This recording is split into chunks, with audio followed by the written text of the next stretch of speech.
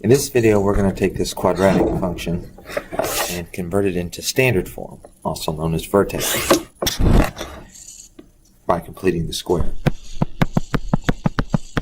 Now, as you know from completing the square, we don't like to have a coefficient in front of the x squared. So instead of dividing everything by -2, which would create a -3 over -2, and an f of x over -2, which would both be a fraction and something we want to avoid if we can, we are just going to factor out a -2. But not only are we just going to factor out a -2, we are only going to factor this -2 out of the first two terms. And I'm going to leave a blank. Leave the 3 right where it is, -3.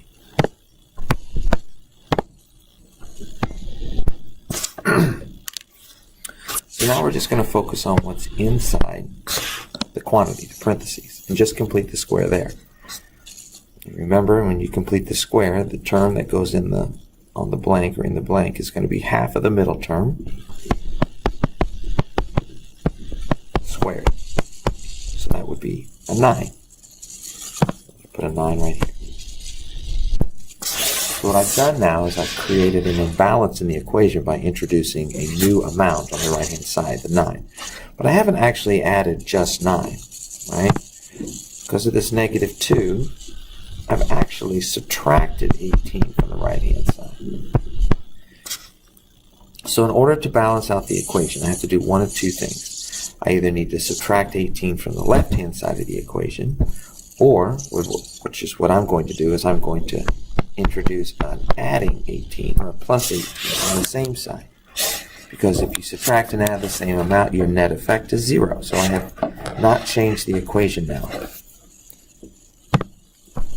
So now I will rewrite it.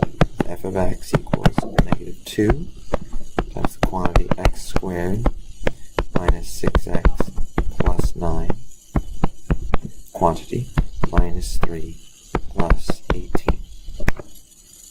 I will then rewrite it in factored form because the x squared minus 6x plus 9 will factor to x minus 3 quantity squared. And -3 plus 18 makes 15.